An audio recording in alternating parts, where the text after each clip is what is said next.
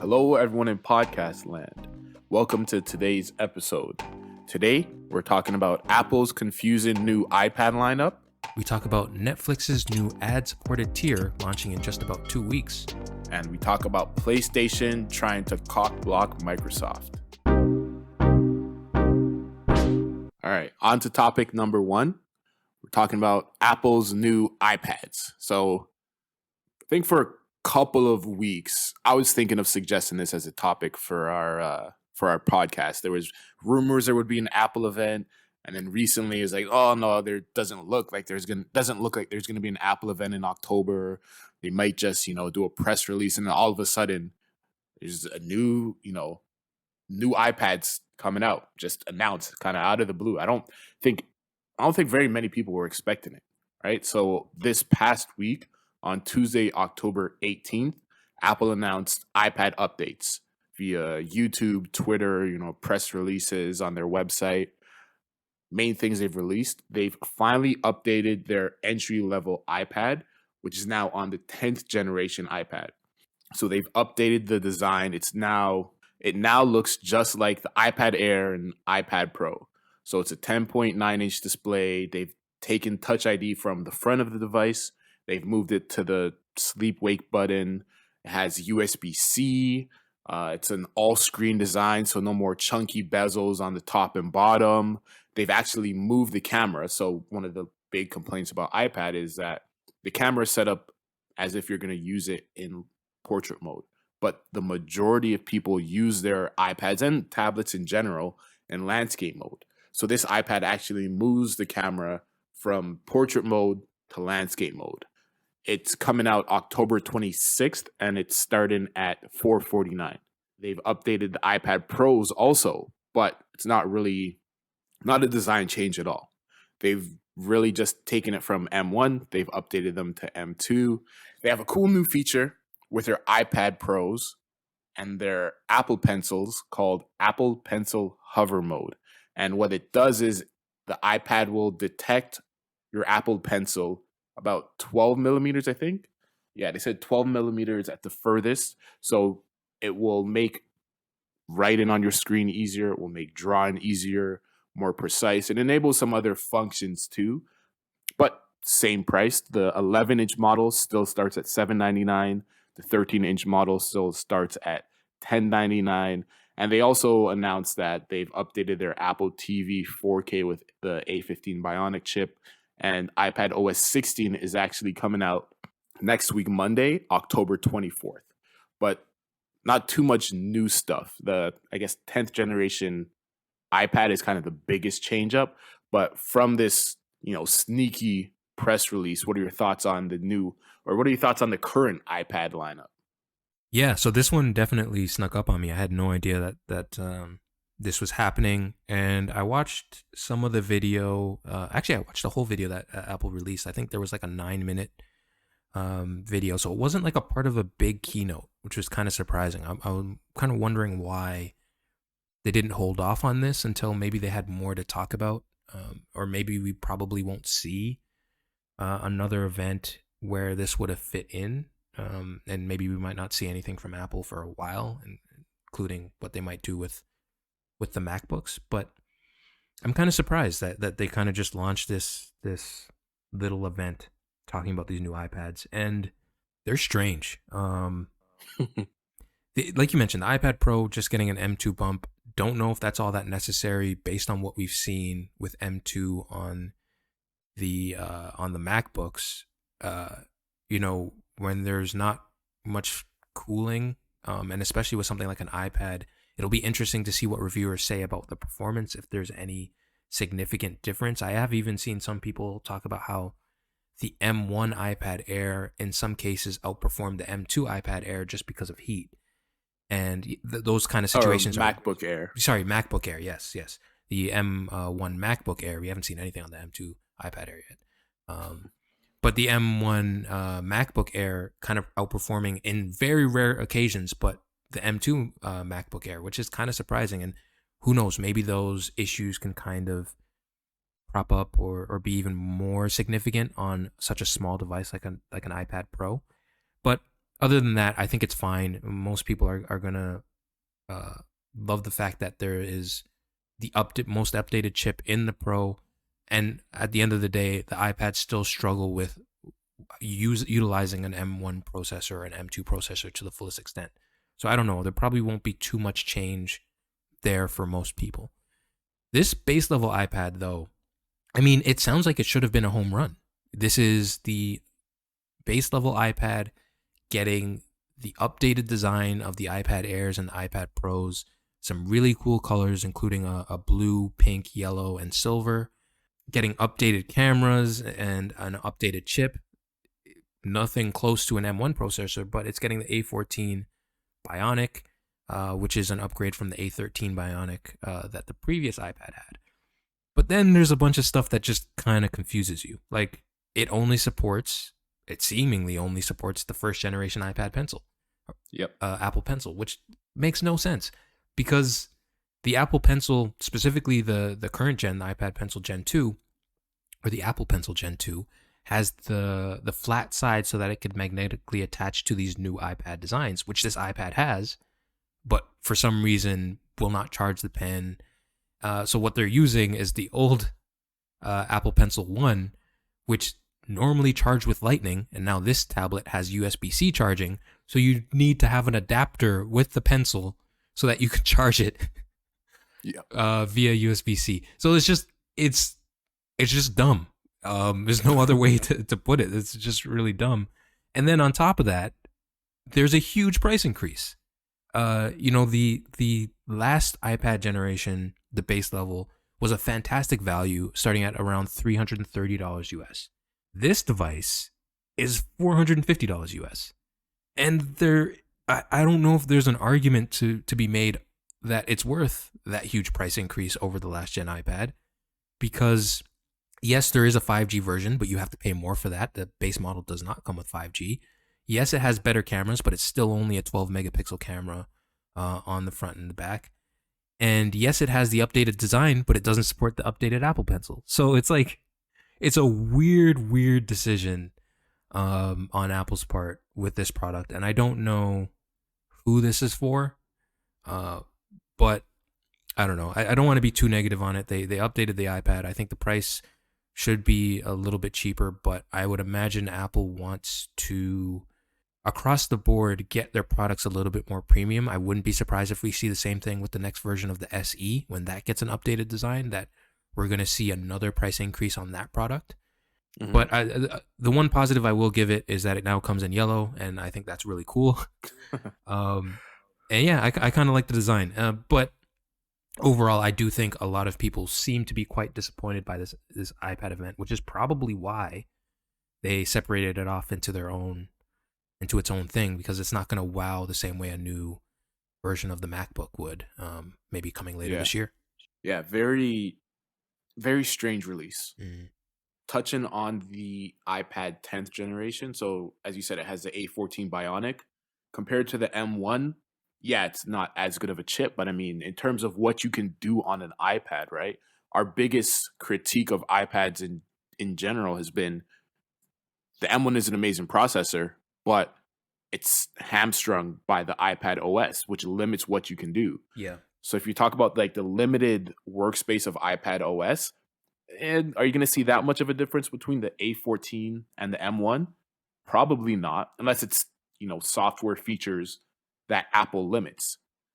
iPad OS 16 is coming out Monday, and one of the key features is Stage Manager, which they are only allowing in iPads with M1 or M2. Mm-hmm. So, I mean, A14 possibly could handle it, but that's kind of one reason to get an M1 powered device or an M2 powered device over this A14 entry level device. Another thing that the iPad 10th generation has, they have a new case that they designed just for this iPad called the Magic Folio keyboard, not to be confused with the Smart Folio keyboard or the Magic keyboard. It's the Magic Folio keyboard for $249, and it only works with the iPad 10th generation. Now, this keyboard is what I've said is my favorite design of tablets, since I think I said in the last podcast, right? When we were talking about the Surface tablet. So this keyboard case has a magnetic attachment to the back of your iPad. So it has a kickstand that you can either, prop all the way up, or you can fold it down, or it folds flat to the back of the iPad so you can lay it face down. It also has a detachable keyboard that attaches to the bottom of the iPad via magnets. So you essentially turn your iPad into a Surface tablet, which I think is phenomenal. Yeah, great job, Apple, for not coming up with it, but for copying everyone else that's done it. Because for years now, you've been able to buy third party cases like the Logitech Combo Touch, which is the case that I use for my iPad Air, that turns your iPad into a Surface tablet, or the same design of the Surface tablet. It's a detachable keyboard. It has 14 function keys and an adjustable kickstand, like I mentioned. So this keyboard is sort of technically better than the Magic Keyboard, because the Magic Keyboard doesn't have function keys. So it's kind of weird that this sort of entry level device has a newer keyboard and a new, detachable keyboard stand thing. It has function keys, and they have the newer landscape mode camera, right? They, I'm air quote, updated the iPad Pros, but they didn't change the design at all. They could have, if they wanted to, they could have moved the camera from the portrait mode to the landscape, and everyone would have been like, well, thank you. You did it for the 10th generation. Yeah. But your Pro devices don't have that, which is kind of weird. As you mentioned, it's still Apple Pencil Gen 1, and you need to buy a $9 USB-C accessory in order to charge your Apple Pencil with this device. But they could have easily made it work with the Apple Pencil Gen 2, which is kind of another weird choice on their end. Yeah. Talking about the Pro devices still.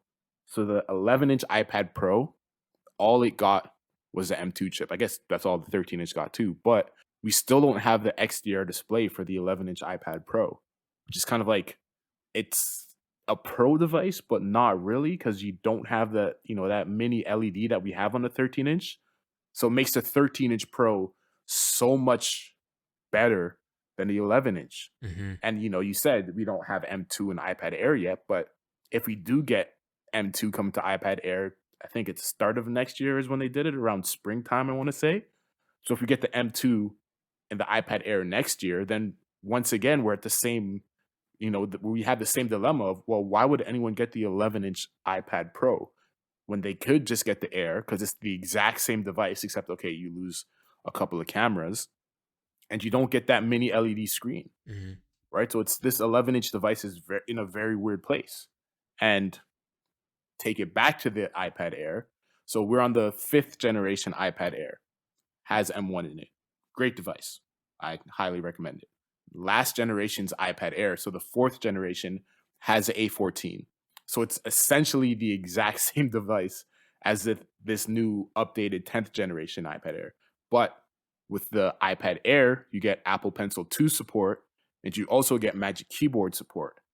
But you lose out on a slightly worse front-facing camera, no new orientation, as we mentioned, and you don't have center stage.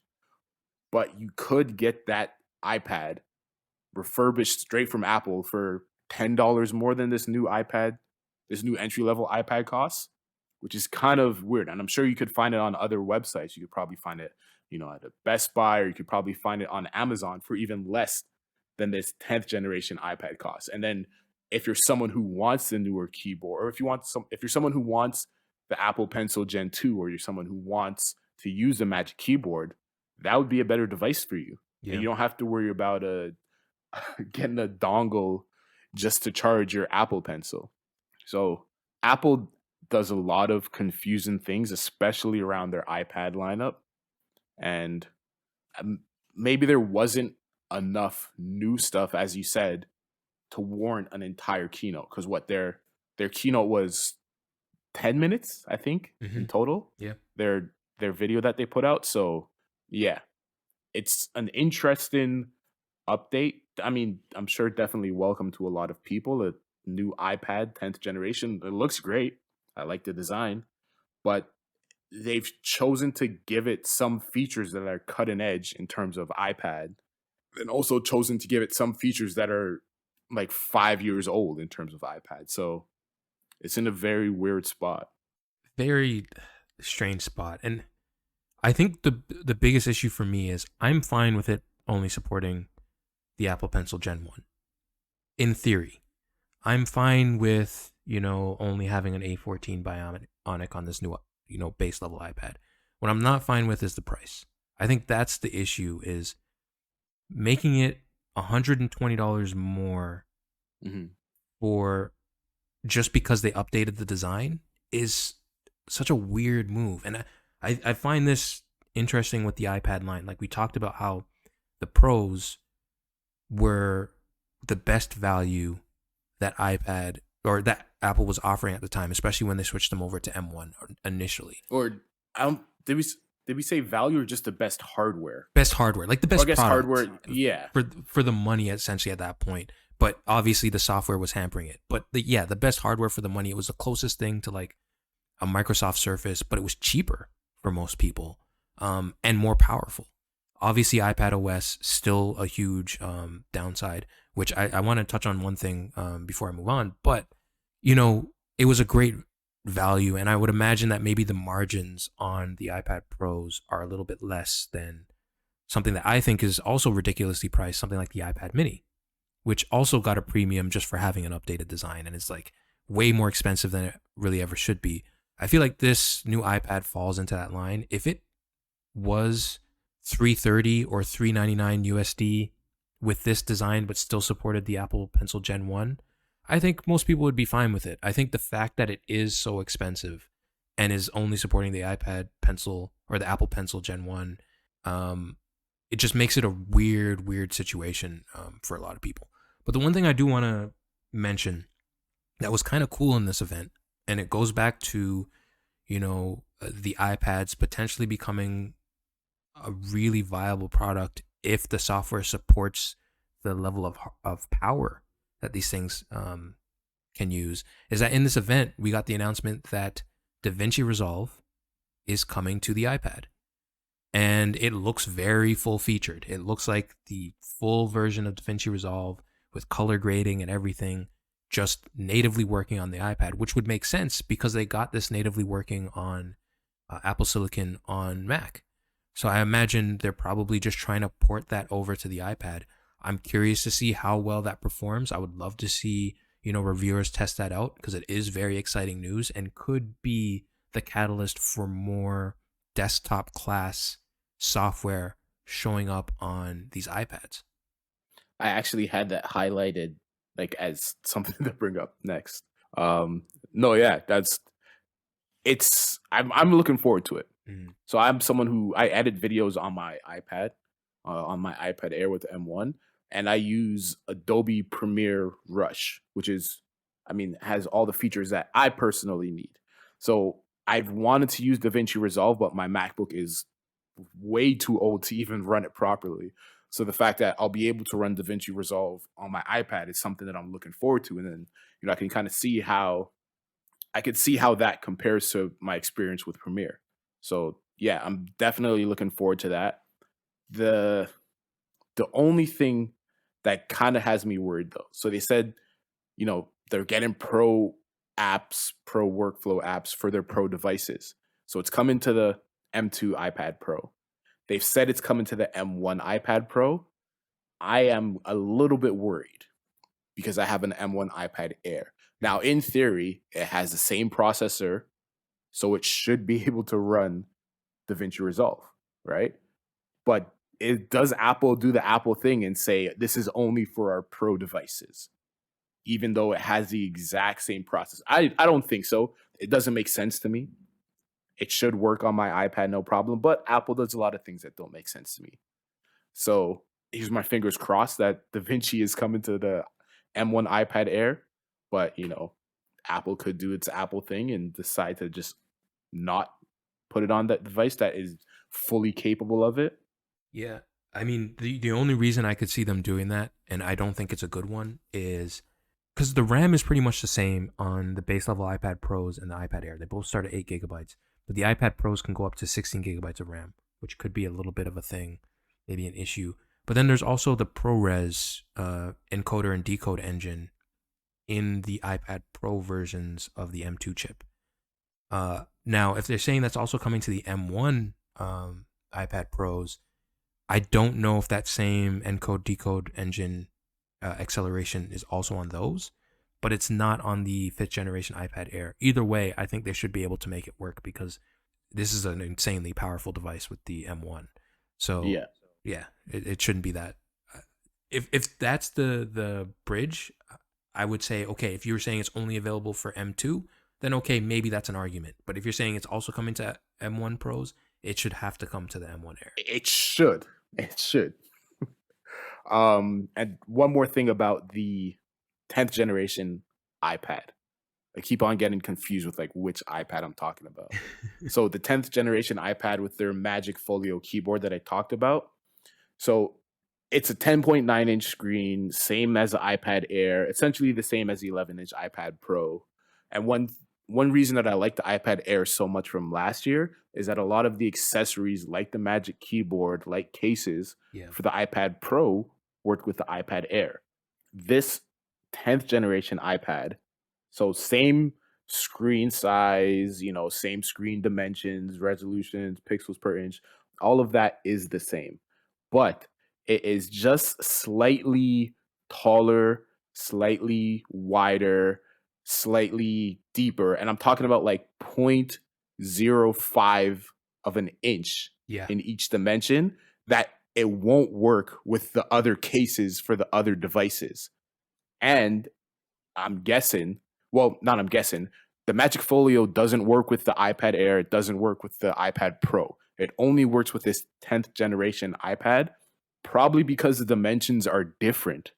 Even though they could have very easily made the dimensions exactly the same. I'm sure, in terms of research and development and tooling, they had to put more money into making this 0.05 of an inch bigger in each dimension, instead of just making the exact same size like they did for the iPad Pro 11-inch, like they did for the iPad Air 4th and 5th generation.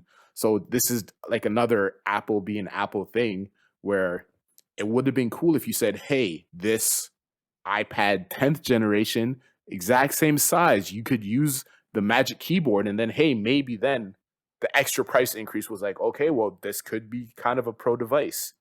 They could have given it Apple Pencil Gen 2 support, but Apple being Apple made it 0.05 inches bigger.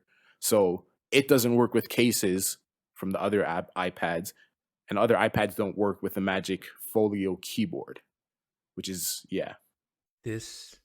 that point you just made, to me, is absolutely nonsensical.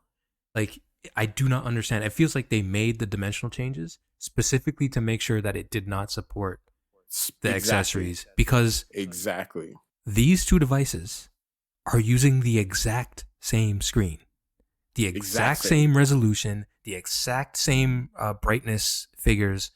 Like, it is identical. So they essentially took the exact same screen from the iPad Air and they made a slightly bigger, it's as slight as you could possibly get, bigger dimensional sizes all around that screen, just to make sure it had its own ecosystem for cases and accessories, which is dumb and wasteful. And I don't understand how they get away with this. They could have literally just used the exact same body and kind of simplified manufacturing as the iPad Air, and just had different colors. And I think like the visually it would be exactly the same as it looks right now, because the dimensions are so small that it looks identical to an iPad Air.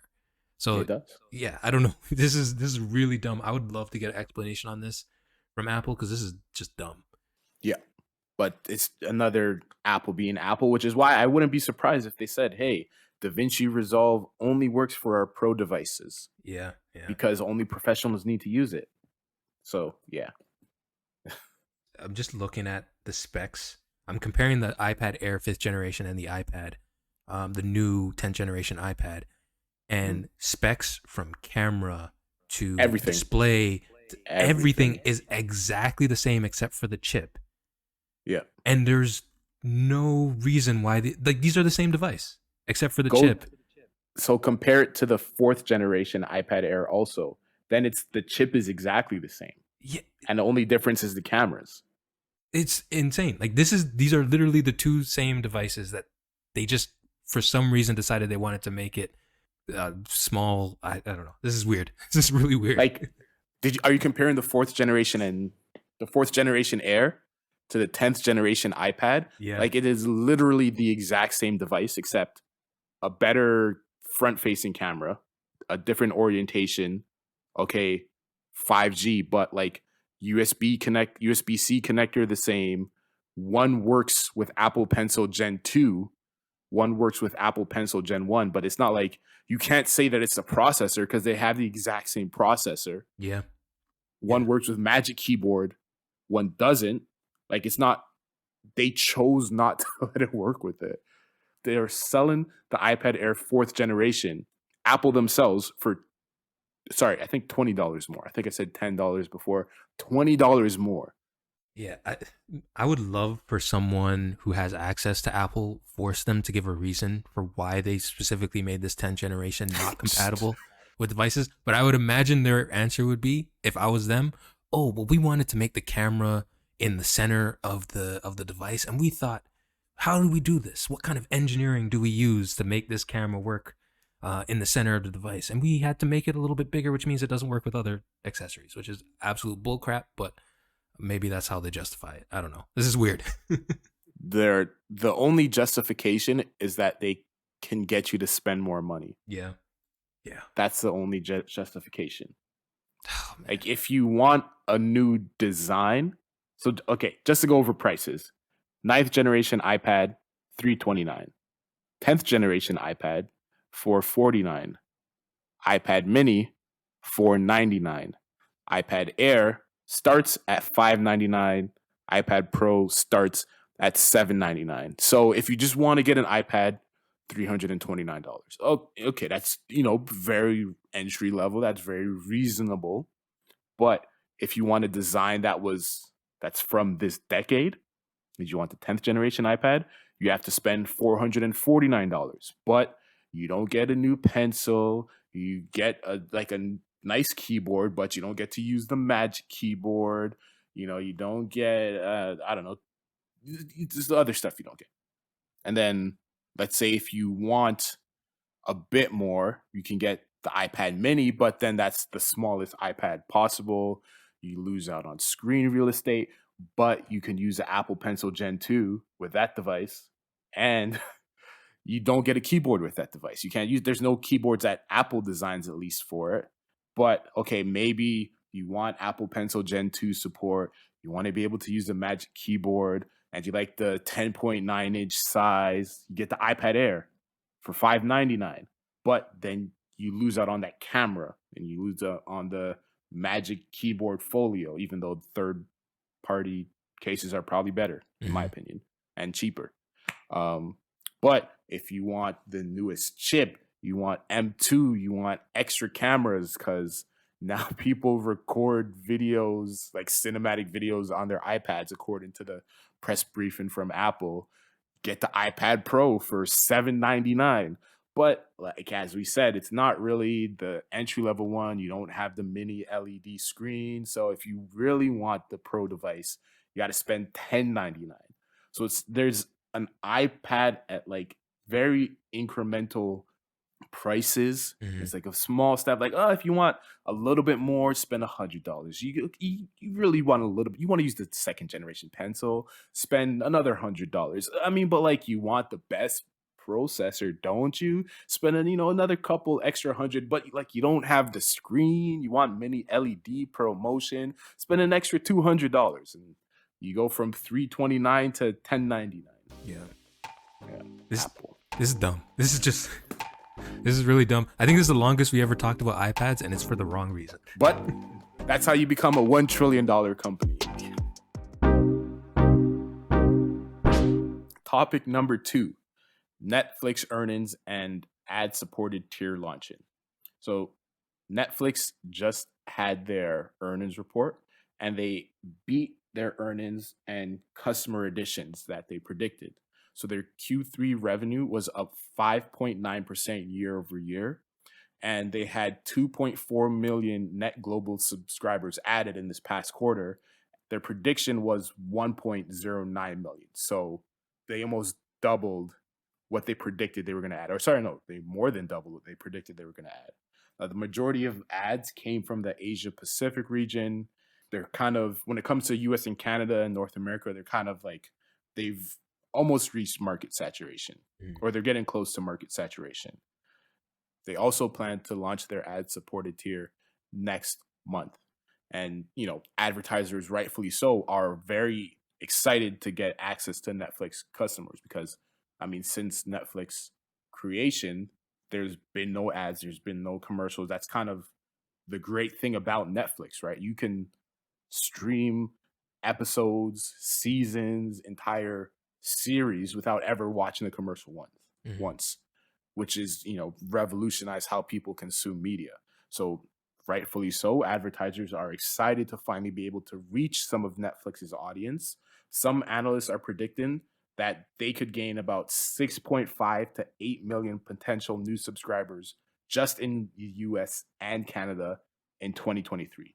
Some people are also saying that their annual revenue per user from the ad-supported tier could be higher than their standard subscription service when you look at, the usage and the CPM that advertisers are willing to pay per customer. So a lot of good signs coming from Netflix. I remember, I guess it was at the beginning of the year, they were losing subscribers like crazy. Their revenue was down, and everyone was kind of saying like, hey, I think, well, everyone, we even said too, like, is this the end of Netflix? Have they, they've reached market saturation, and now we're seeing this is what happens to streamers, this is what happens to streaming services. And just because Netflix is the biggest one and they were the first ones to do it, it's hitting them first. And eventually it's going to happen to Disney, and it's going to happen to Amazon Prime.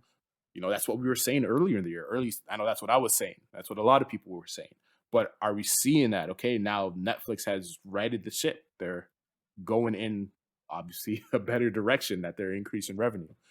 What are your thoughts on just the fact that, hey, Netflix is actually, they're turning things around? And what do you think? What do you predict for this ad-supported tier launching? Yeah, this is hard for me to talk about and predict, because I've mentioned in the past Netflix was, and for the most part is, my favorite streaming service. I know people love Disney Plus, but if I had to choose only one, it would probably be Netflix. But this ad-supported tier, in my opinion, is dumb. It's a mistake. It's very similar to the nonsense that we were talking about with Apple. I don't understand. To me, this is a symbol of, like you mentioned, this tier could potentially even bring more revenue for them. And I think this is what happens when you have a good idea, and then executives come in and say, okay, this is a good idea for us to stop the bleeding. But what if we took this good idea and made it more profitable?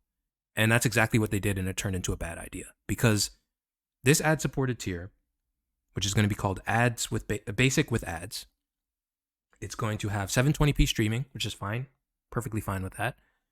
And it's going to be $6.99 a month, which is only $3 cheaper than its regular basic tier, which does not have ads.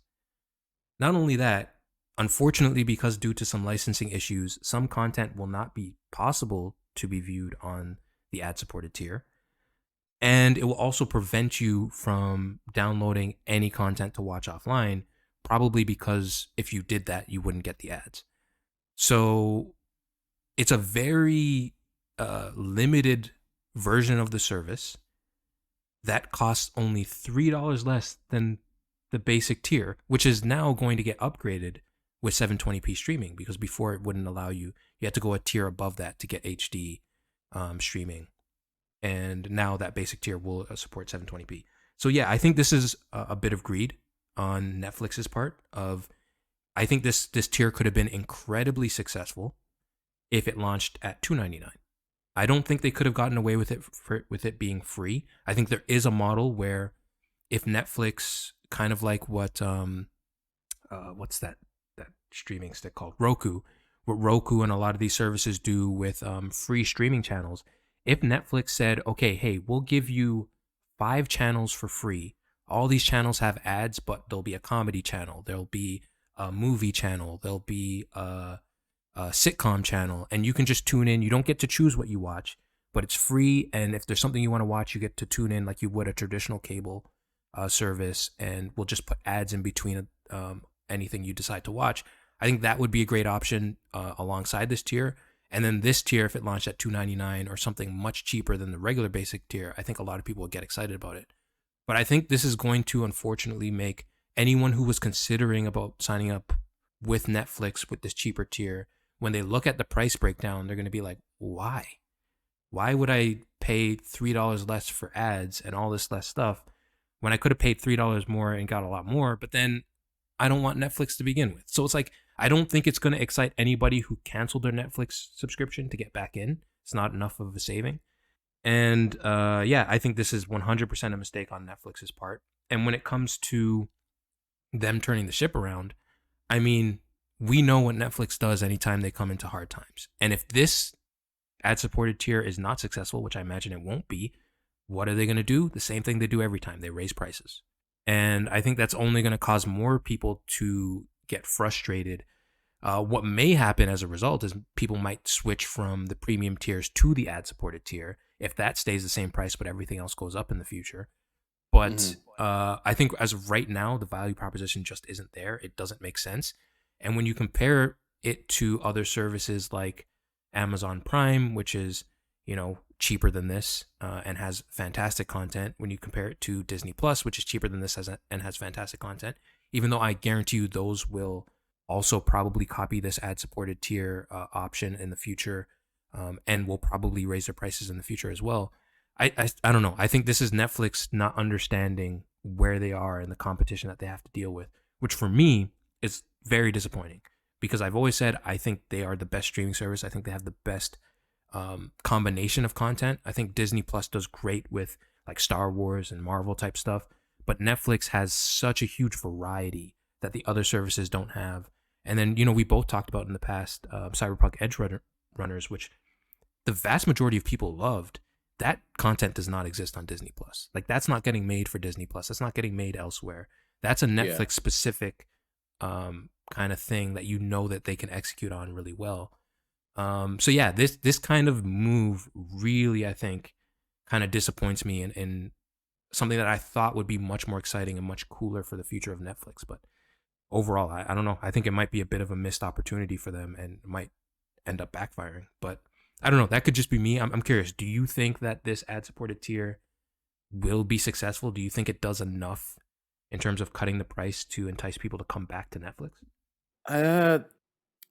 People come back to Netflix? Probably not. I guess not a large majority. I definitely see it as getting people interested in Netflix for the first time. Okay.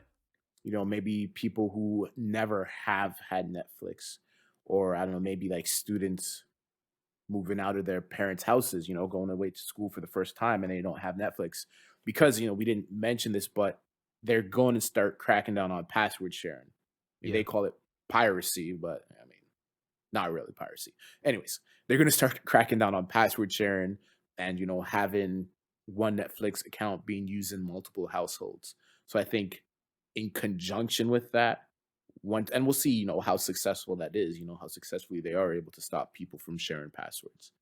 Once they crack down on that, if I'm a student and I want to watch Netflix, and this is the cheapest way to get into Netflix, then if I have to choose between Netflix and regular TV, I'm probably choosing Netflix, right?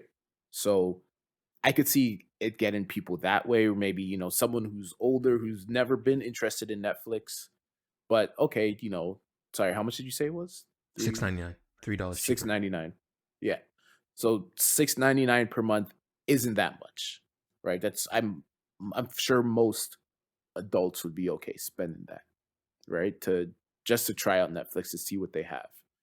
So yeah, I don't see it being hugely successful. Now 6.5 to 8 million, I could see it definitely being closer to the 6 or 5 million, but I'm not an analyst. I'm not a we don't crunch the numbers on Netflix like that. But I definitely see it being somewhat successful. And once they start cracking down on password share and I see it being more successful, I really see it as not so much enticing new people back, but as a way to upsell people, Mm. right? We have what is, I think it's a 1 month free trial right now, right? For new people, if you want to sign up for Netflix and try it out, you get 1 month for free. And then after that, then you start paying for Netflix. I could see them adding this in to say, hey, you get 1 month for free. After that month, then you get the ad supported tier for free, maybe for another month.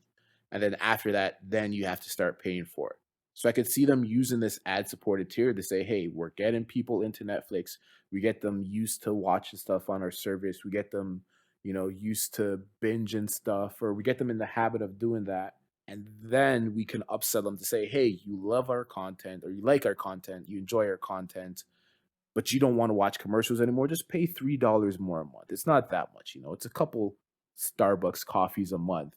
And then you don't have to worry about ads at all. And then you can download all the stuff you want to watch, so you can watch it on your commute. And it's a lot easier if you just spend an extra $3 a month. I see them doing that with this, sort of like what we talked about with the iPads, right? Apple has these tiers where it's like, all right, this is just to get into it, but if you want a little bit of a better experience, here's an extra $50. Mhm. Or in Netflix's case, here's an extra $3, right? So I could see people being enticed by $6.99 for Netflix. Oh, okay, that's not too bad. And then they get into it and it's like, I really don't want ads. I'm fine spending $3 a month because it's not that much. That's what I see them. That's why I see them creating this ad tier section. And I'm sure there will be people who are fine watching ads, just like there's people who are fine watching regular TV right now, right? And so, depending on advertisers and usage and CPM, that could be very lucrative for them also. But I see this more as making it easier to upsell people than like a huge growth driver for them. Mhm. I mean, I'm one of those people, right? I wouldn't say I like ads, but I don't mind them in my TV. I actually prefer, and I know this is weird, but I actually prefer to watch like longer movies on like a TV channel where, I'm flipping through channels and I see a movie. I'm more likely to watch that than I would on Netflix because I know, hey, okay, if I need to use a bathroom or something, there's going to be a commercial. I can get up and do other things. It's much easier for me to get into content if it's just there, with ads and stuff like that. So I'm one of the people who would be fine with an ad supported tier.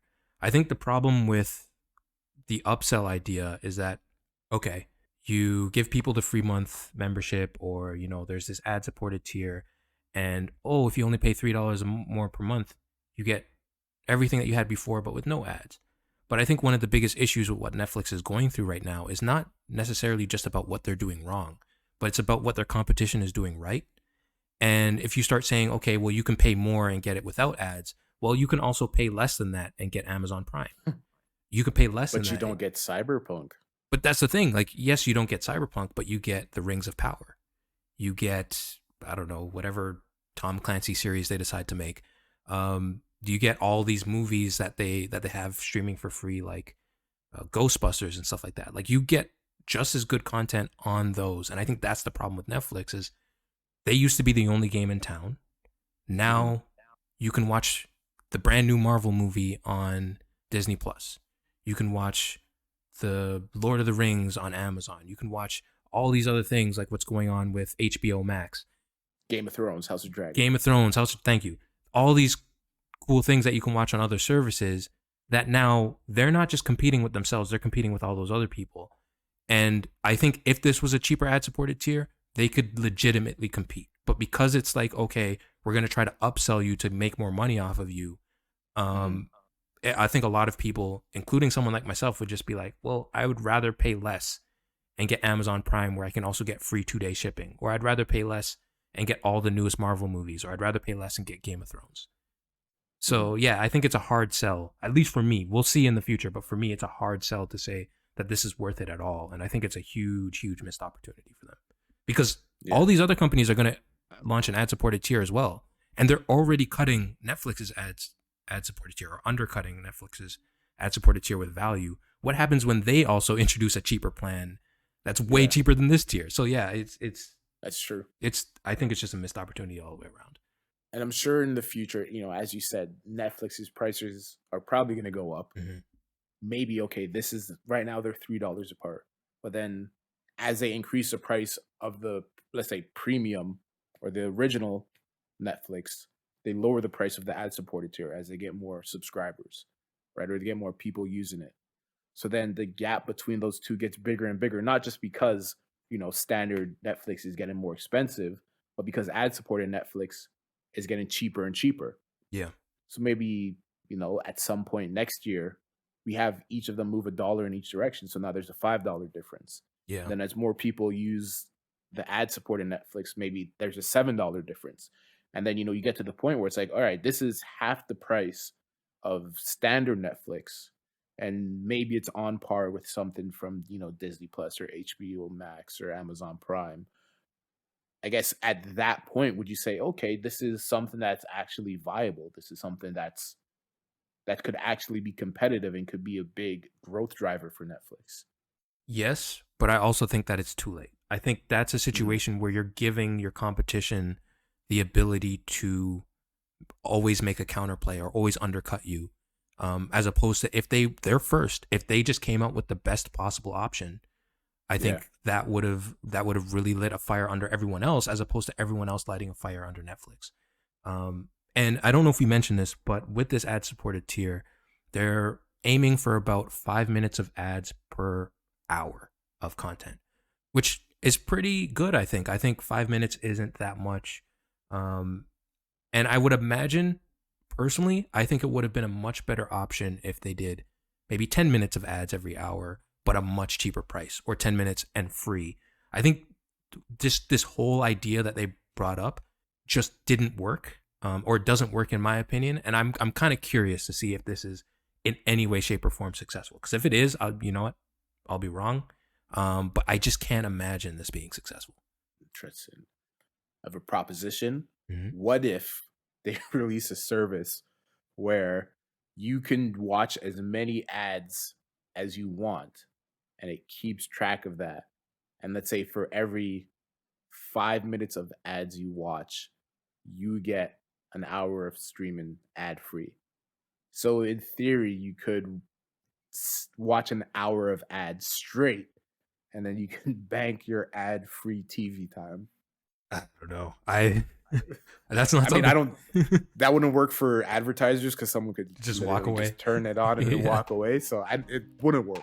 But yeah, I mean, that's how I treat ads on TV now, right? Anytime there's a commercial break, I walk away.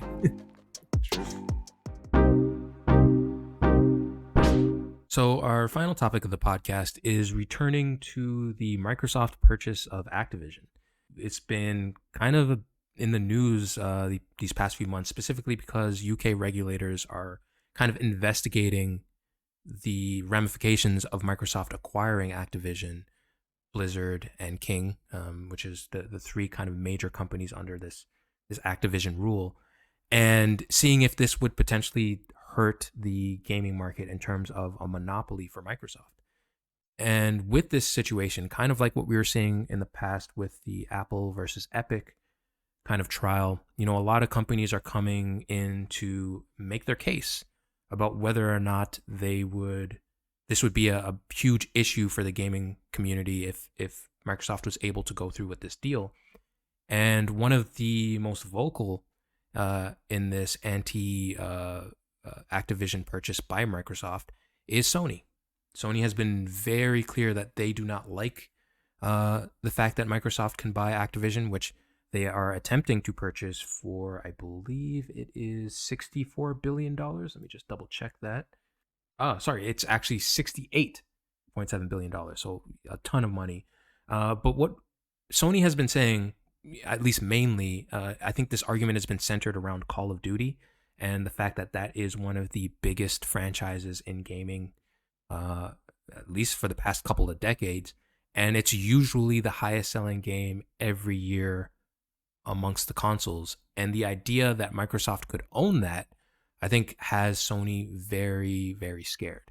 Now, this is an interesting one because I think the biggest fear with Sony and a lot of Sony gamers is that the idea if Microsoft owns Activision and owns Call of Duty, there could be a similar situation of what's happening with Bethesda right now, where those games become Xbox exclusive somewhere in the future. Now, we know that won't be possible uh, anytime soon because Activision does have a deal, an exclusivity deal, a content exclusivity deal with PlayStation where they get maps and all this stuff early, and that will exist for the at least the next 3 years, I believe. And then Microsoft has also announced that, because Sony has had some issues with the idea of uh, of Call of Duty potentially going exclusive, Microsoft has said to Sony, "Hey, you know what? We will honor the current deal, and we will also extend that to another 2 or 3 years, so you don't have to worry about losing Call of Duty anytime soon." But I don't think that has helped Sony at all. I think they're still pretty much terrified by the idea of potentially Call of Duty going on Game Pass, which could undercut people buying a PlayStation and Call of Duty, because why would you buy both when you could literally just buy an Xbox and get it on Game Pass for no additional cost? And then there's also the fear that it could be a huge marketing issue for Sony if the idea of Call of Duty is tied to the Xbox brand, which it has been in the past. The last time we saw this was back in the Xbox 360 generation, which Microsoft did, pretty much won that generation. And a large part of that was because of that tie between Microsoft and Xbox. Or Microsoft. You said Microsoft and Xbox. Sorry, yes, Activision and Xbox, Call of Duty and Xbox, that kind of marriage between those two.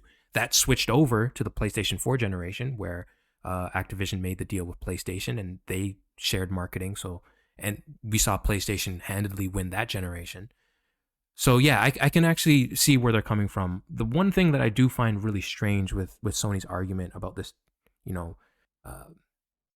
dislike of the idea of exclusives, is that I find it a little hypocritical, because Sony is the same company who paid a lot of money to make sure that Final Fantasy doesn't appear on Xbox.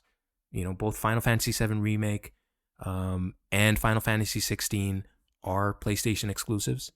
Project Athia, which I think was renamed Forspoken, also PlayStation console exclusive. So, Sony has paid for exclusives from Square Enix.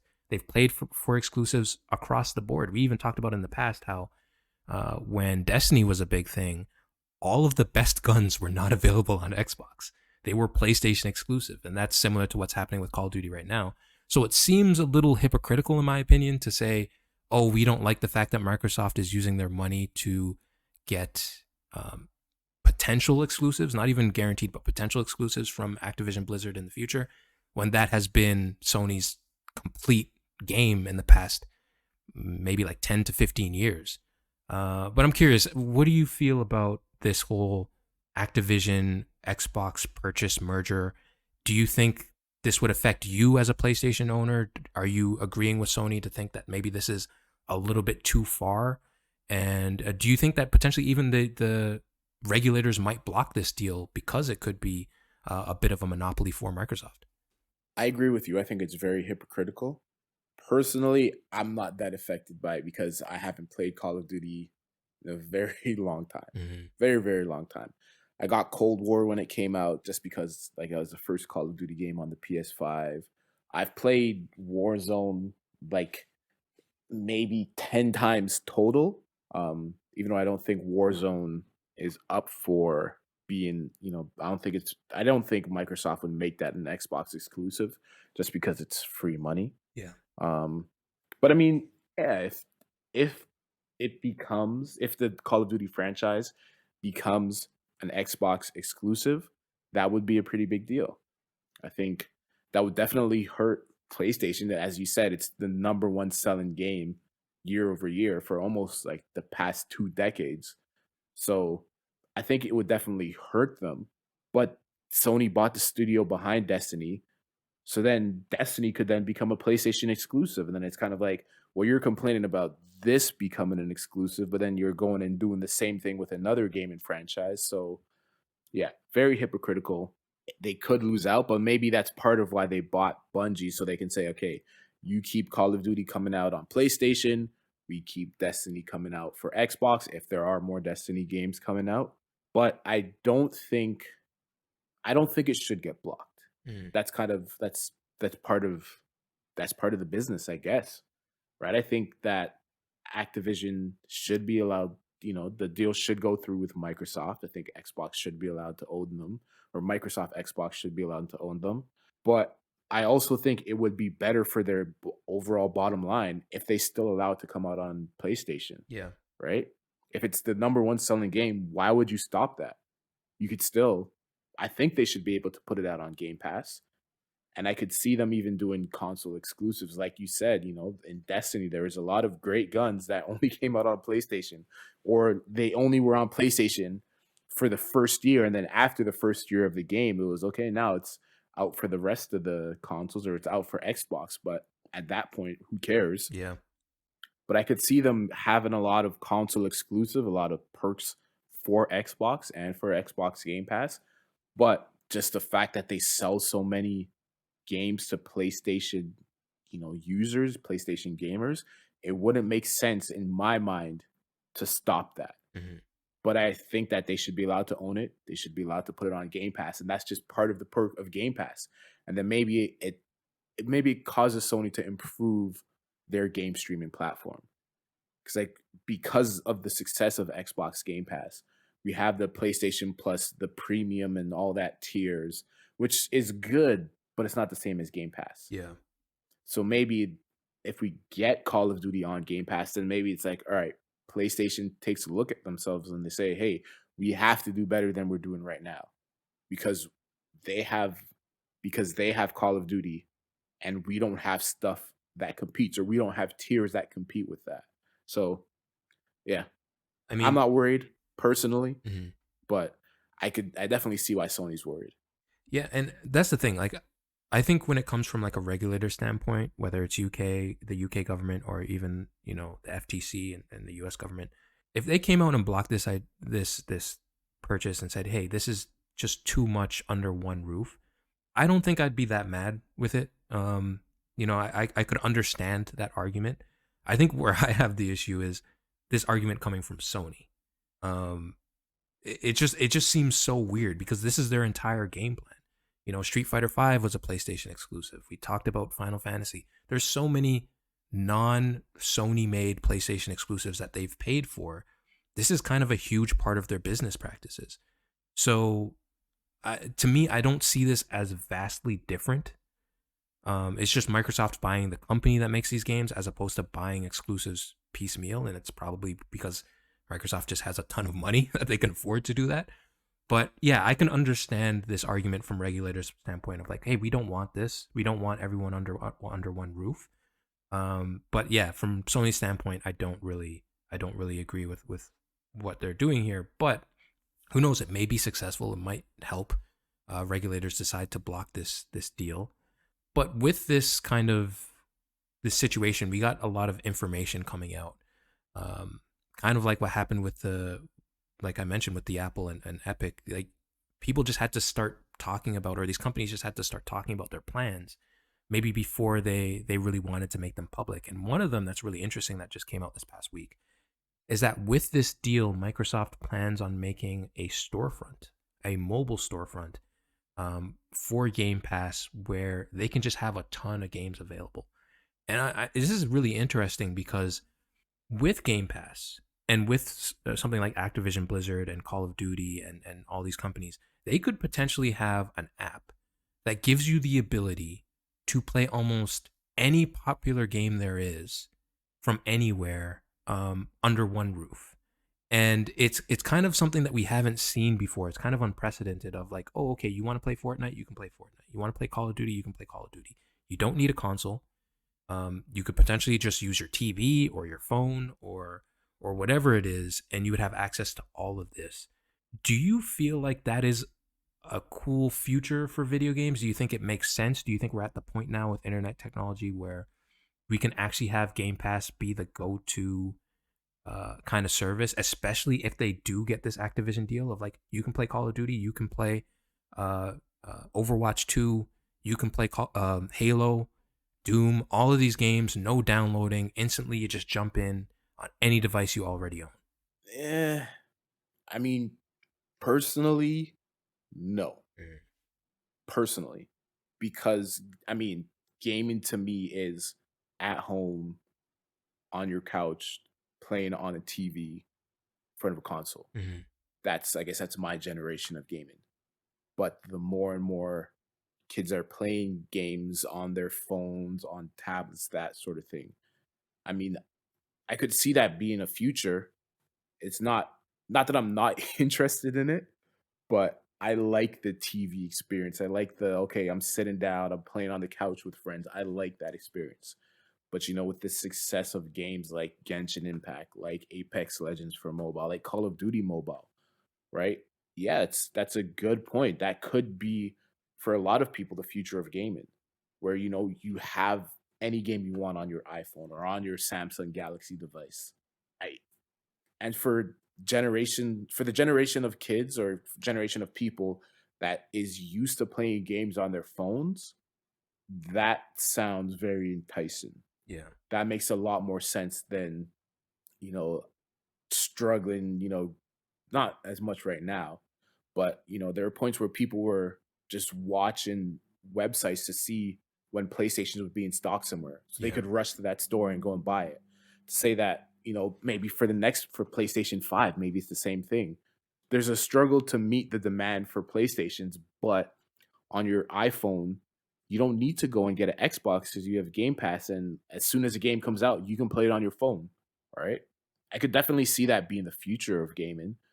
Is it a future that I could see myself getting into? Not really right now.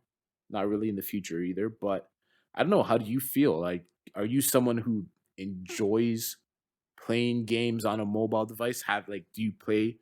Because I know for your Switch, for instance, you like playing handheld more than you like playing on the TV. Yeah. Do you see that being a future for yourself where you have Xbox Game Pass on a tablet or on your phone and you don't worry about getting a new console or upgrading your PC, for instance, because you can game on a handheld device? It's a tough question because my instinct is like, yeah, I think that would work for me because, mentioned on this podcast, got a Steam Deck. I love it. And I never use it docked. I have a Switch. I love it. Never use it docked. And I would rather play games on both of those devices than I would on my PC, which is technically more powerful. So it's just one of those things where, yeah, I prefer to play games handheld.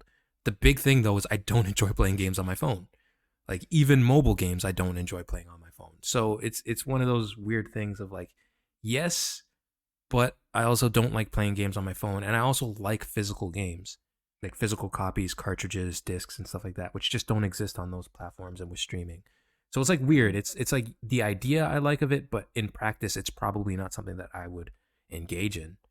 But I mean, I guess just to bring this full circle, let's say this is Microsoft's future plan. They want to be the App Store equivalent of video games across every platform, on your computer, on your phone, on every device you've ever owned, your TV.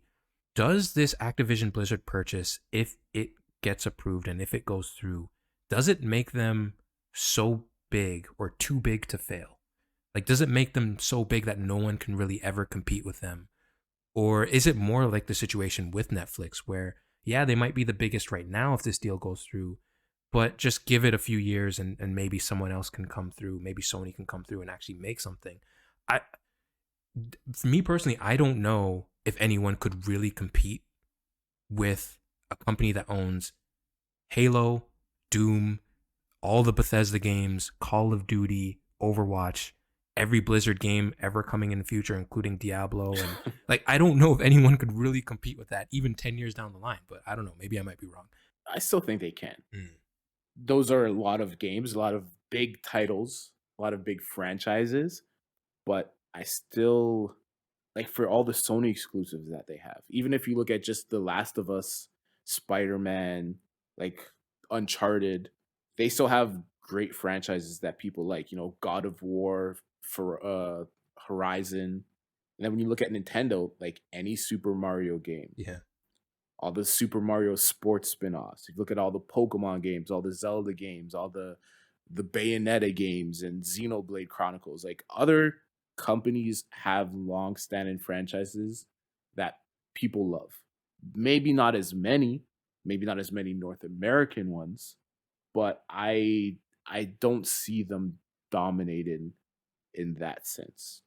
I don't see it as like there's no way anyone can compete with Microsoft if they get, you know, all these pieces of the Infinity Gauntlet. I still think that there's going to be plenty of competition. Mhm. Maybe for right now, you know, maybe if this closes, it'll be one-sided. And that's not even right away, right? Maybe it's like, okay, in 3-6 years, it might be a bit one-sided. But by that point, we'll have new gaming franchises popping up. We'll have maybe even new consoles popping up. And if Xbox isn't selling a lot of their consoles because everyone's signed up on Game Pass, maybe, and everyone's playing on their phones or their tablets or something else, and then we have a PlayStation 5 Pro or whatever the new Nintendo Switch is, Mhm. right? That's where I see companies like Sony and Nintendo being successful. But I'm not worried about Xbox or Microsoft consolidating too much. Maybe that's because personally I'm not a fan of those franchises, so maybe it's just, you know, completely over my head. But yeah, I'm not worried for a lack of competition, at least right now. This will be an interesting one to see how it plays out. Yeah, definitely. Any closing statements or? I don't know. I think maybe if this deal doesn't go through, Microsoft should just invest that money and take a controlling stake in the Pokemon company. And then who knows? Maybe start releasing Pokemon games on the Xbox. That would be very weird. Take it easy, everyone in podcast land. Catch you in the next episode.